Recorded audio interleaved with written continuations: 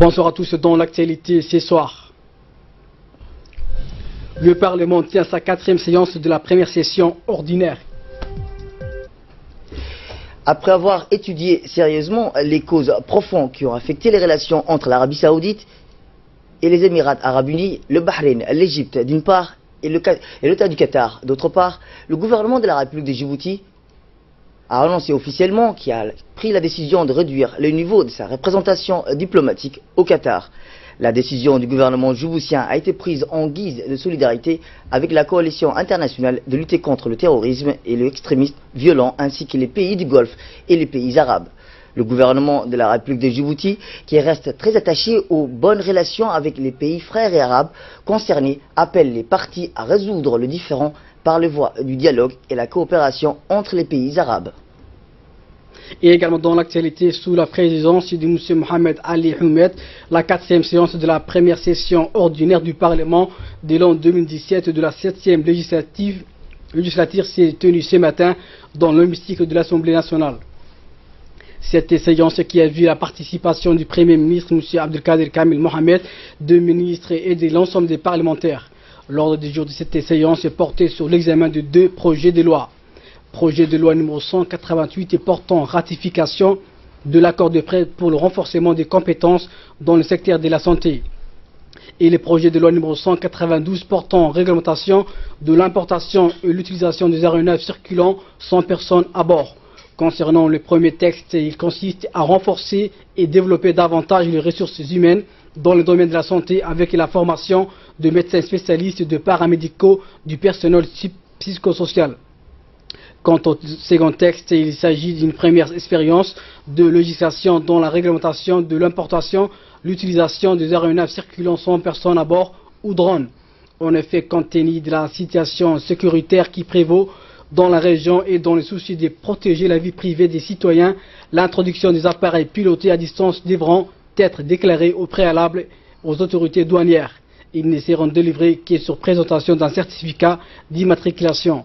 Enfin, le survol de certains sites classés zones sensibles prioritaires seront réglementés. Le président de l'Assemblée nationale a ouvert ses travaux en introduisant le texte à examiner.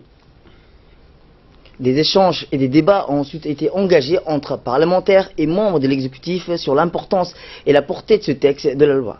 Ces échanges ont été fructueux.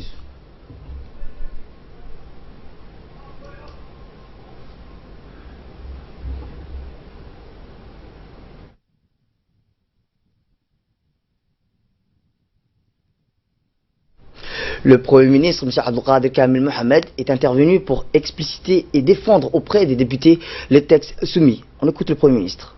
Bouffar avait avant des structures sanitaires importantes, mais elle a été réduite depuis belle lurette déjà comme une simple infirmerie. Mais si vous pensez que nous avions pris Bouffar et jeté à la mer, ce n'est pas le cas. Chaque structure sanitaire a une destination. La structure de Bouffar va servir à la mère et enfants, c'est-à-dire elle va servir les enfants, elle va servir les nouveau-nés et leur mère durant un certain nombre d'années, on verra plus tard. Mais l'hôpital de la CNSS n'a rien à voir avec Bouffar. Donc ce sera une structure à part. À ma connaissance, il n'y a eu que 3 accidents de drones militaires. Le premier accident a eu lieu à Balbala, c'était un drone non armé. Les 2 autres accidents, c'était à l'aéroport de Djibouti et à Douda, c'était des drones armés cette fois-ci. Mais depuis ces accidents, le gouvernement a décidé de déplacer les drones à l'aérodrome de Chebele. C'était un petit aérodrome qui existait, c'était un aérodrome de secours, mais maintenant il est devenu l'aérodrome des drones militaires. Deuxième chose, nous avons interdit à ce que les drones militaires survolent des zones habitées. Voilà les 2 décisions que nous avons prises pour éviter effectivement que des accidents de ce type ne se reproduisent pas dans notre pays. Également dans l'actualité, le Premier ministre a par ailleurs procédé ce matin à la remise d'une distinction à un officier supérieur italien des Carabinieri. Le général Tullio Duzet a été élevé au rang d'officier de l'ordre national du 27 juin. La cérémonie de remise de la médaille s'est déroulée en présence du directeur général de la police nationale, le colonel Abdoulaye Abdi Farah, le général de la police somalienne, M. Abdelhakim Daher Saïd. Les forces des Carabinieri entraînent depuis quelques temps les forces de la police et la sécurité somalienne où les contingents se succèdent. Ces formations se déroulent à l'académie de policiers Idriss Farah Abane à Nagad. Plus de 3000 policiers ont été formés à ce jour sur le sol national.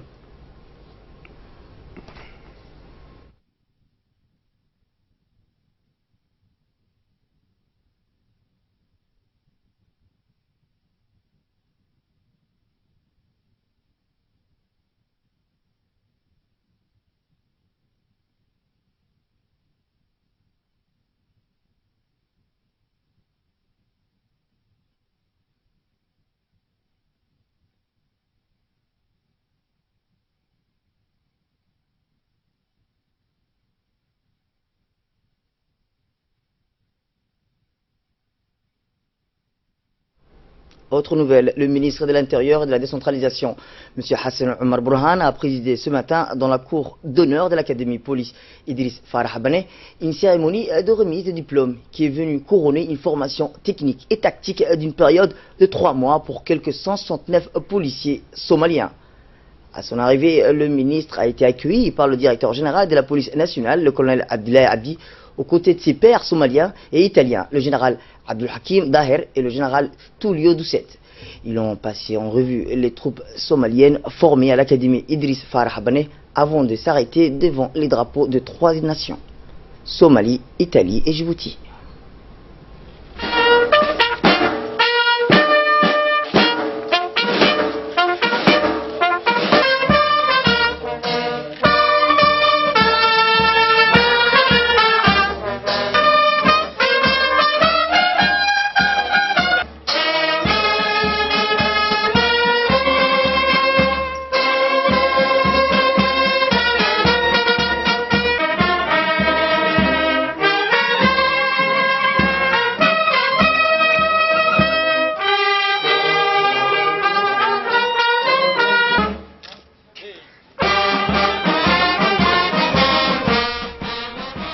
Après 3 mois d'intenses travaux, une formation technique et tactique s'est clôturée au sein de l'académie de police Idriss Farah Abane.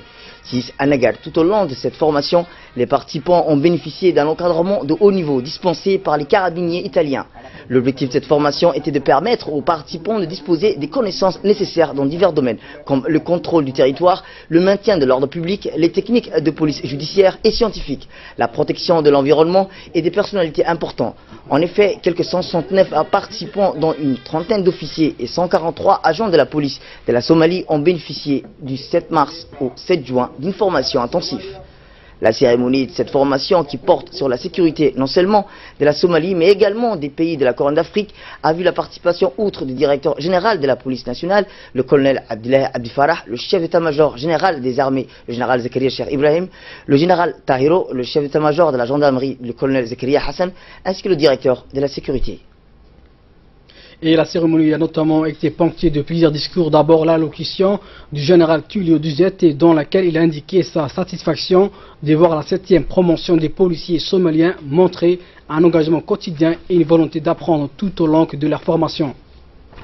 Quant au général de la police somalienne, Abdelhakim Daher, a remercié le colonel Abdoulaye Abdi Farah et le général Tullio pour les coopérations. Je considère cette occasion très importante puisqu'elle me permet d'être témoin de l'engagement que l'armée des carabiniers met au service du développement de capacités des forces de police somaliennes. Je suis aujourd'hui en mesure d'apprécier personnellement le résultat obtenu par les personnels formés durant ces 3 mois. Il s'agit là du résultat des développements hautement professionnels consentis par les carabiniers ces derniers mois, a déclaré l'officier supérieur somalien, M. Abdelhakim Daher Saïd. De son côté, le colonel Abdellah Adi a exhorté les policiers somaliens à être patients, courageux et déterminés à faire des sacrifices pour veiller sur le maintien de l'ordre et de la sécurité de leur nation. Tout dépendra désormais de vos actions. C'est à vous de faire disparaître la haine du cœur des Somaliens et de faire rétablir la solidarité et l'amour entre vos frères et sœurs. Bonne chance et que Dieu veille sur vous et sur votre pays. Écoutons-le.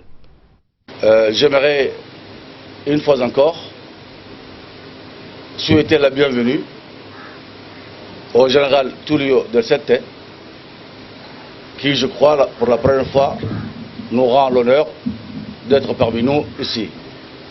Effectivement, quand moi et mon cher ami, le général Saïd, nous lui avons rendu visite à Roma, il nous avait accueillis dans un bâtiment historique avec beaucoup de peintures, certainement de valeur, mais nous les accueillons avec notre cœur et la chaleur de notre pays, espérant qu'il va passer un moment de plaisir avec nous.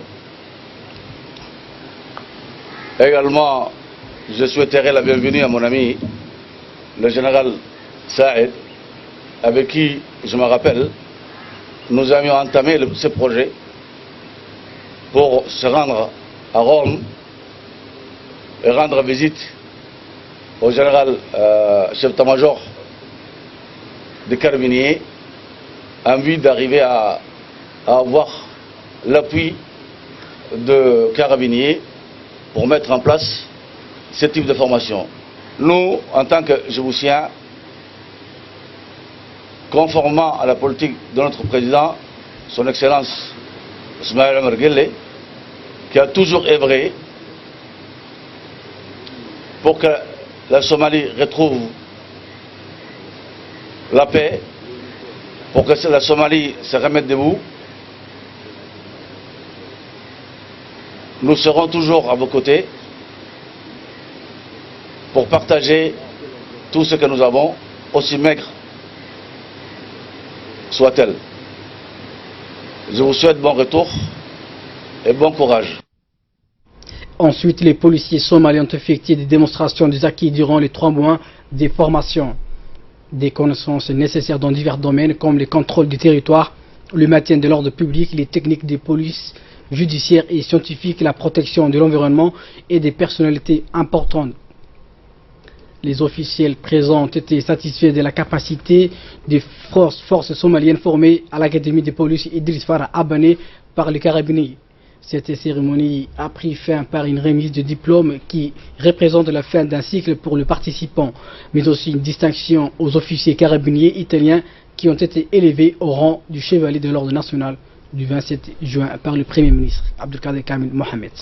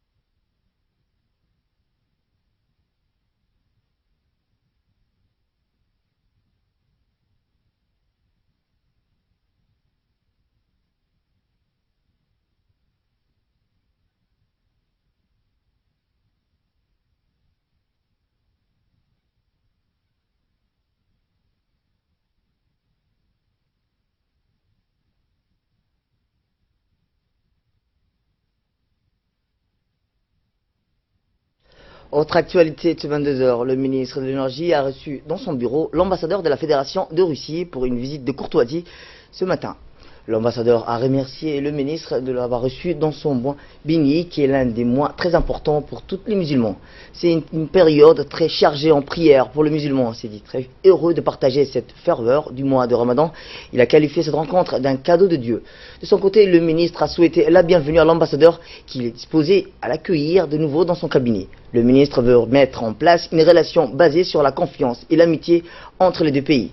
L'ambassadeur a répondu à cette attente d'une manière positive. Il a indiqué qu'elle a réussi à œuvrer depuis toujours à développer une relation amicale avec ses partenaires. Il a appelé qu'en mars 2018, sera l'anniversaire du 40 années de la relation bilatérale avec la République de Djibouti. L'ambassadeur n'a pas manqué de faire une analogie avec le 40e anniversaire de notre indépendance qui aura lieu le 27 juin 2017. La Russie est très fière d'avoir formé bon nombre d'étudiants djiboutiens qui sont maintenant des cadres dans différents domaines. L'ambassadeur pense que Djibouti peut récéler une richesse qu'il faut faire beaucoup d'exploration. Il a souligné que la principale richesse d'un pays, c'est avant tout son peuple. Il a également soulevé la politique sage qui mène le président depuis son investiture. Le ministre pense également que notre pays a certainement des richesses et que pour explorer davantage notre territoire, il nous fallait l'aide et l'expérience de la Russie dans la formation de nos jeunes géologues pour en faire des spécialistes complets dans le domaine des ressources minières, mais aussi aimerait élargir le domaine de formation à l'énergie, à savoir le solaire, l'eau éolienne, le gaz et l'éolien. Et à l'instar du monde, la République de Djibouti a fêté hier soir autour d'un iftar collectif la journée mondiale de l'environnement au Sheraton Hotel. La cérémonie était présidée par le ministre de l'Environnement, M. Moussa Mohamed, en présence du nouveau représentant du PNUD à Djibouti. Les slogans choisis cette année pour apporter rapprocher les gens de la nature. Il a invité chacun des citoyens du monde à se rapprocher de la nature pour répondre efficacement à l'appel lancé pour la protection de la terre sur laquelle vit l'être humain. Notre pays riche en biodiversité terrestre et marine recèle des trésors dans chaque secteur, dont le phoque-colin du Daï, le béra d'Assamo, le palmier de Bankwale, le requin-baleine d'Arta. Mais cette richesse et biodiversité est menacée par la sécheresse et les actions inadaptées de l'homme.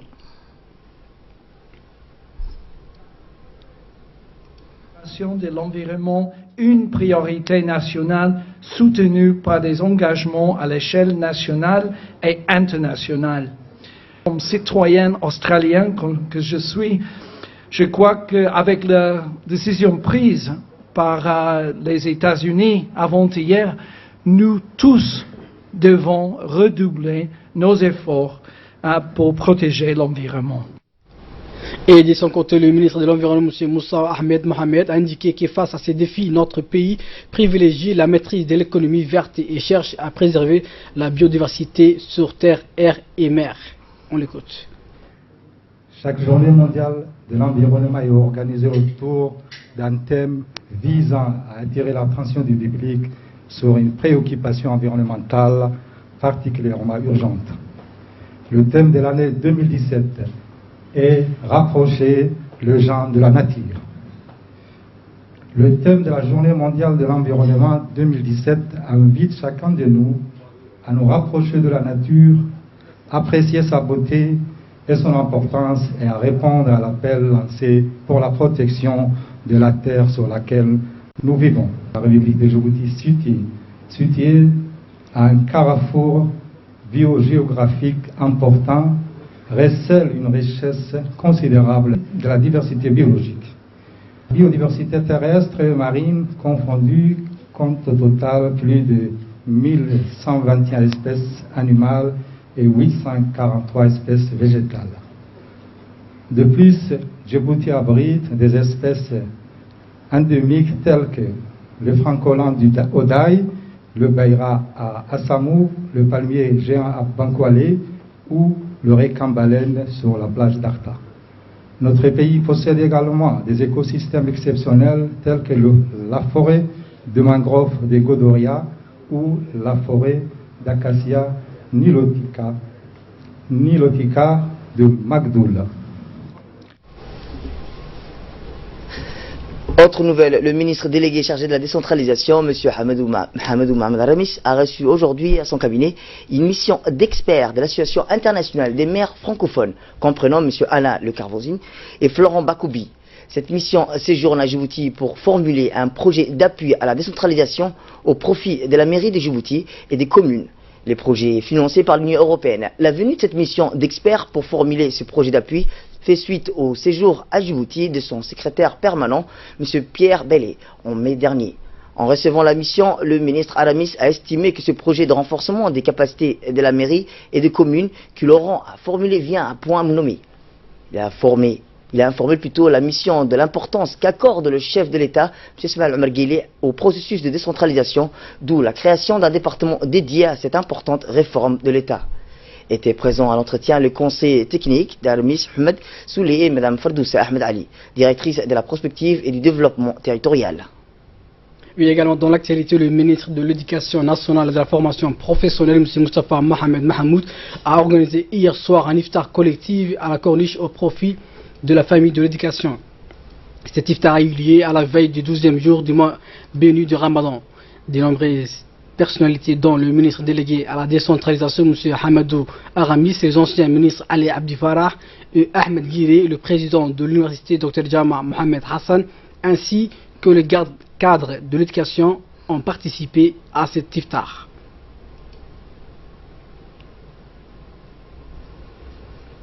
Le ministre de l'Éducation a souligné que le mois Ramadan constitue pour nous tous une période de piété, de spiritualité pour se rapprocher des dieux et de recueillement et de pardon. On l'écoute.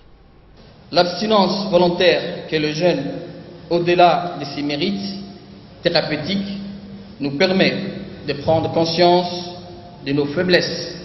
Nous en tirons donc beaucoup de leçons.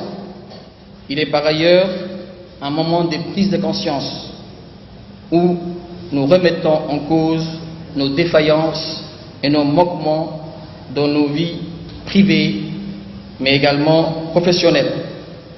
En effet, en islam, le travail est une forme d'adoration. Et le prophète sallallahu alayhi wa sallam dit que le bon musulman est celui qui, lorsqu'il s'attelle à un travail, le perfectionne. En ces mois bénis, nous devons donc doubler d'efforts et repenser notre manière de travailler. Rigueur et conscience professionnelle doivent nous donner le temps, nous guider et constituer le maître mot.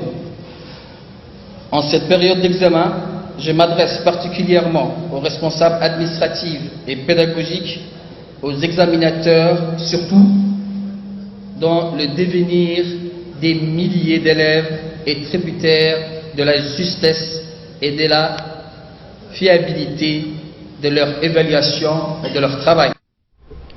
Et direction à Tadjoura, à l'instar de la ville de Djibouti, les contingents de l'armée positionnés à Tadjoura ont marqué par des défilés et des parades militaires la célébration du 40e anniversaire de la création de FAD.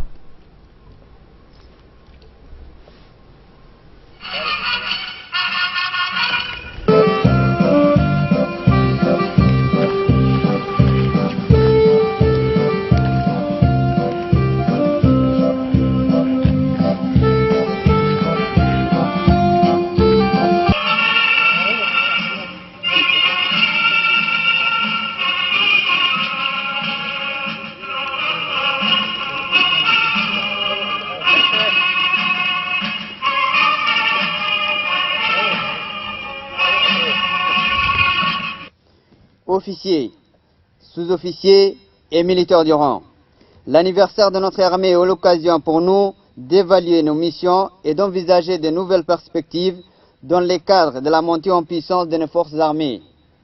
À cette occasion, je tiens à vous exprimer ma fierté pour votre dévouement dans l'exécution de l'ensemble de vos missions, partout où vous êtes appelés à œuvrer pour la consolidation de la paix et la sécurité de notre pays. Au moment où nous célébrons notre 40e anniversaire, je voudrais, au nom des forces de défense et de sécurité du pays et au mon nom personnel, rendre un vibrant hommage à l'égard de son Excellence, M. Ismaël Omar Guelleh, président de la République, chef de gouvernement et chef suprême des armées, pour sa vision éclairée et sa ferme volonté qui a permis à notre jeune pays de maintenir sa stabilité et d'être aujourd'hui un acteur incontournable dans une région mouvementée.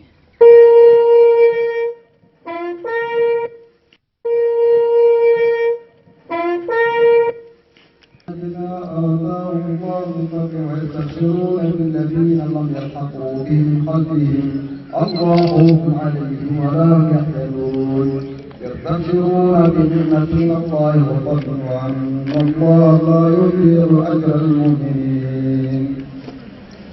بسم الله الرحمن الرحيم. اللهم اغفر لحينا وميتنا وشاهدنا وغافلنا. Et voici quelques images de défilé qui s'est déroulé à Tadjoura.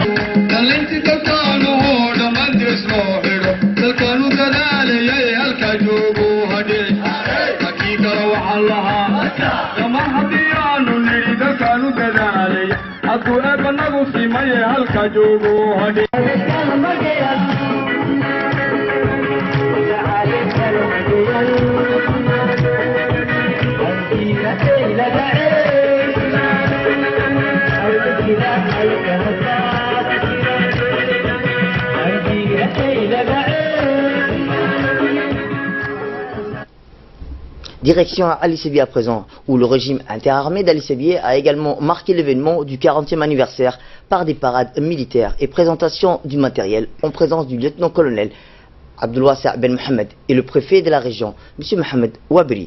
Le président du conseil régional aussi était là, M. Omar Ahmed, ainsi que de nombreux invités. En mémoire des troupes tombées au champ d'honneur, le chef de corps et le préfet de la région ont déposé une gerbe de fleurs aux martyrs et la Fatiha a été lue.